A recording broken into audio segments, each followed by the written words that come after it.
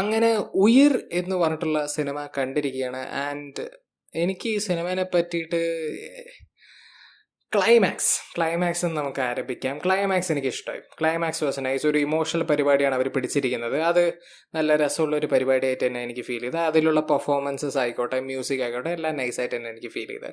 പക്ഷെ ആ ക്ലൈമാക്സ് മാറ്റി നിർത്തിക്കഴിഞ്ഞാൽ ഈ പടത്തിൽ ഒന്നുമില്ല എന്നുള്ളൊരു ഫീലിംഗ് ആണ് എനിക്ക് കിട്ടിയത്. ഓപ്പണിംഗ് സീൻ കണ്ടപ്പോൾ തന്നെ ഞാൻ അയ്യേ എന്ന് എന്നെ കൊണ്ട് പറയിപ്പിച്ചു. അവിടുന്ന് തന്നെ എനിക്ക് മനസ്സിലായി എൻ്റെ സ്ഥിതി ഖുദാ ഹവയാണ്. പിന്നെ അങ്ങോട്ടേക്ക് എനിക്ക് കുറേ കാര്യങ്ങൾ ഈ സിനിമയെ പറ്റി പറയണമെന്നുണ്ട്. പക്ഷെ അതൊക്കെ സ്പോയിലർ ആവും എന്നുള്ള ഒരൊറ്റ കാരണം കൊണ്ടാണ് ഞാൻ പറയാൻ പോകാണ്ടിരിക്കാൻ പോകുന്നത്. പക്ഷേ there are so many logical mistakes, so many generic പരിപാടികൾ. ശരി, അതിനെ പറ്റിയിട്ടൊന്നും ഞാൻ പറയില്ല, അഗൈൻ സ്പോയിലർ ആവും. പക്ഷെ സിനിമ എനിക്കിഷ്ടമായില്ല. എനിക്കിതൊരു ആവറേജ് പോയിട്ട് ഒരു ബിലോ ആവറേജ് സിനിമ എന്ന് പോലും പറയാൻ പറ്റില്ല സത്യസന്ധമായിട്ട് പറഞ്ഞാൽ. എന്തായാലും പടത്തിൻ്റെ കാര്യങ്ങളിലേക്ക് വരികയാണെങ്കിൽ പെർഫോമൻസസ് നമുക്കറിയാവുന്ന നടന്മാർ നല്ല രീതിയിൽ തന്നെ പെർഫോം ചെയ്ത് വെച്ചിട്ടുണ്ടെന്ന് ഫീൽ ചെയ്തെങ്കിൽ പോലും ജൂനിയർ ആർട്ടിസ്റ്റ് ചില സമയങ്ങളിൽ നല്ല കൂടുതൽ ആർട്ടിഫിഷ്യൽ പെർഫോമൻസ് ആയിരുന്നു. പക്ഷെ അത് അവരുടെ കുറ്റം പറഞ്ഞ കാര്യമില്ല. ചിലപ്പോൾ അവർ ആദ്യമായിട്ടായിരിക്കും അഭിനയിക്കുന്നുണ്ടാവുക. അപ്പോൾ അവിടെയും കുറ്റം പോകുന്നത് നമ്മുടെ ഡയറക്ടർ സാബിൻ്റെ തലയിൽ തന്നെയാണ്. പിന്നെ ടെക്നിക്കൽ ആസ്പെക്ട്സിലേക്ക് വരുമ്പോൾ വിഷ്വലി വലിയ കുഴപ്പമില്ല എന്ന് തോന്നിയെങ്കിൽ പോലും ഓഡിയോ ഡിപ്പാർട്ട്മെൻറ്റ് കാര്യത്തിൽ വരുമ്പോൾ എനിക്ക് കുറച്ച് കാര്യങ്ങൾ പറയാനുണ്ട്. ഈ സിനിമയുടെ ഡബ്ബിംഗ് ഇല്ലേ, വേറെ ലെവൽ ഡബ്ബിംഗ് ആണ്. ചില സമയങ്ങളിലൊക്കെ ക്യാരക്ടേഴ്സിൻ്റെ വായ അനങ്ങണമില്ല, പക്ഷേ ഡയലോഗ് എവിടെ നിന്നൊക്കെയോ വരുന്നുണ്ട്.